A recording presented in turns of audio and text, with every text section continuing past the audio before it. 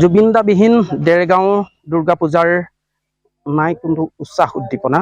দেৰগাঁৱত দেখিবলৈ পোৱা গৈছে পূজা মণ্ডপসমূহ নিৰ্মাণ কৰি থকা হৈছে, কিন্তু পূজা মণ্ডপসমূহ নিৰ্মাণ কৰি থকা সমান্তৰালভাৱে উদ্যোক্তাসকলৰ মাজত উদ্যোক্তাসকলৰ মনত এক গভীৰ শোকৰ ছাঁ দেখিবলৈ পোৱা গৈছে, যিহেতু শাৰদীয় দুৰ্গোৎসৱৰ এই সময়ছোৱাতে হিয়াৰ আমঠু অসমৰ সম্পদ, দেশৰ সম্পদ হিয়াৰ আমঠু জুবিন গাৰ্গৰ বিয়োগ হ'ল। আৰু তাৰ পাছতেই কিন্তু দুৰ্গা পূজাৰ যি ধামখুমীয়া, এই ধামখুমীয়া সময়ছোৱাতে জুবিন গাৰ্গৰ বিয়োগে কিন্তু সমগ্ৰ অসমত দুৰ্গা পূজাৰ যি মাদকতা, দুৰ্গা পূজাৰ মাদকতা নোহোৱা কৰিলে বুলি ক'ব লাগিব। মই বৰ্তমান দেৰগাঁও এখন মূল পূজা মণ্ডপৰ সন্মুখত আছোঁ। দেৰগাঁও নৰেন সমাজ স্মৃতি পথাৰ কেন্দ্ৰীয় দুৰ্গা পূজাৰ মণ্ডপৰ সন্মুখত আছোঁ। আৰু বিশেষকৈ এটা কথা ক'ব লাগিব, দেৰগাঁও দুৰ্গা পূজা বুলি কোৱাৰ লগে লগে দেৰগাঁৱৰ পূজাই এক বিশেষত্ব বহন কৰে। মোৰ সহযোগে প্ৰথমে অকণমান পৰিৱেশটো দেখুৱাব, দেৰগাঁও মণ্ডপ নিৰ্মাণ কৰি থকা পৰিৱেশটো দেখুৱাব।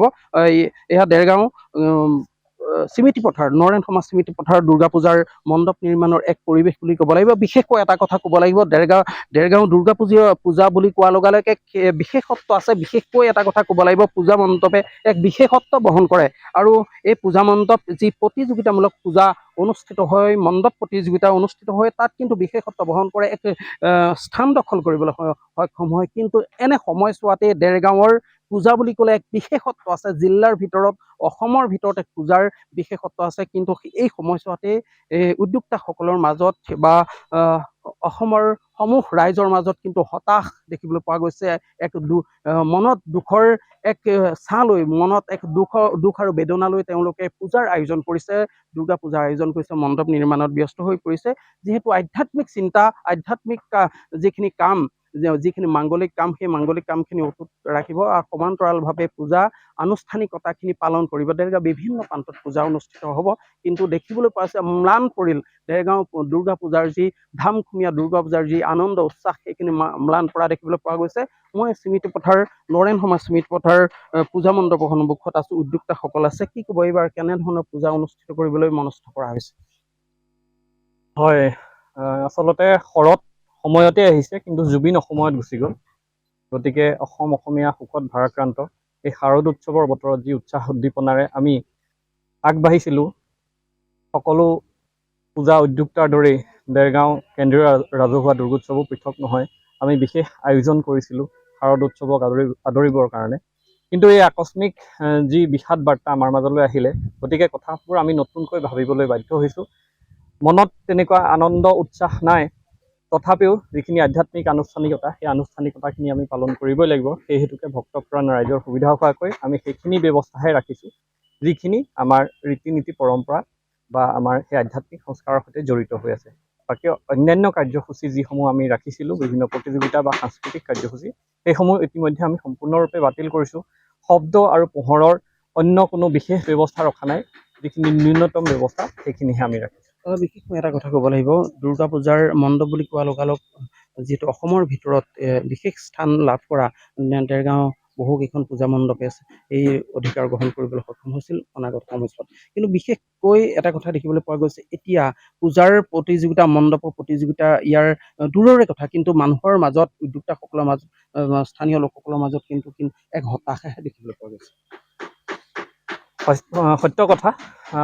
আমিও এবাৰ বিশেষ পৰিকল্পনা কৰিছিলোঁ মণ্ডপক লৈ, আৰু মণ্ডপৰ থিম আমাৰ আচলতে গোটেই থিমটোৱে আছিলে সংগীত। গতিকে মিউজিকক থিম হিচাপে লৈ আমি সেই ধৰণে মণ্ডপৰ প্ৰস্তুতি প্ৰায় সম্পূৰ্ণ হৈছিলে। তেনে সময়তে বিষাদ বাৰ্তা আহিলে। আমি এই মণ্ডপৰ যি আৰ্হি লৈছোঁ, সেই মণ্ডপৰ আৰ্হিও জুবিনৰ লগত একাত্মভাৱে জড়িত বাদ্যযন্ত্ৰ। এই বাদ্যযন্ত্ৰৰ আৰ্হিত গীটাৰ বা অন্যান্য কিছু সাংগীতিক বাদ্যযন্ত্ৰ ইয়াত সন্নিৱিষ্ট কৰা হৈছে। এইসমূহ থাকিব। আমি এই মণ্ডপৰ আৰ্হিকেই জুবিনৰ প্ৰতি শ্ৰদ্ধাৰ্ঘ্যৰ চিন হিচাপে আমি আগবঢ়াব খুজিছোঁ। বিশেষকৈ এটা কথা ক'ব লাগিব, কোনো পৰিকল্পনা নাছিল এখন গীটাৰ এখন ইয়াত নিৰ্মাণ কৰিব, গীটাৰখনেই হ'ব মণ্ডপ। কিন্তু কাকতলীয়ভাৱে জুবিন বিয়োগৰ পিছতে সেইখনেই জুবিনৰ গীটাৰখন ইয়াত উপস্থাপন হ'ব, আৰু জুবিনৰ গীটাৰখন উপস্থাপন হৈ পূজাও উদযাপিত হ'ব। এক নজিৰবিহীন বুলি ক'ব লাগিব। চিন্তা কৰা নাছিলে, কিন্তু উদ্যোক্তাসকলে চিন্তা নকৰাকৈ কিন্তু এই গোটেই কথাখিনি সামঞ্জস্য হৈ গ'ল। জুবিনৰ যিখন গীটাৰ, সেই গীটাৰখনেই ইয়াত উপস্থাপন হ'ব। একেবাৰে কাকতালীয়ভাৱে কোনেও নভবাকৈ, নিশ্চিন্তাকৈ কথাটো আচলতে তেনেকুৱা ধৰণে খাপ খাই পৰিলে। আমি সংগীতক থিম হিচাপে লৈ এক আৰ্হি চিন্তা কৰিছিলোঁ। আমি বীণাৰ সদৃশ এক বাদ্যযন্ত্ৰৰ চিন্তা কৰিছিলোঁ, কিন্তু পিছত এইটো এই ধৰণে এখন গীটাৰৰ আকাৰ লৈছে, বা আপোনালোকে দেখা পাইছে যে গীটাৰৰ আকৃতি সম্পূৰ্ণভাৱে আমি গঢ়ি তুলিছোঁ।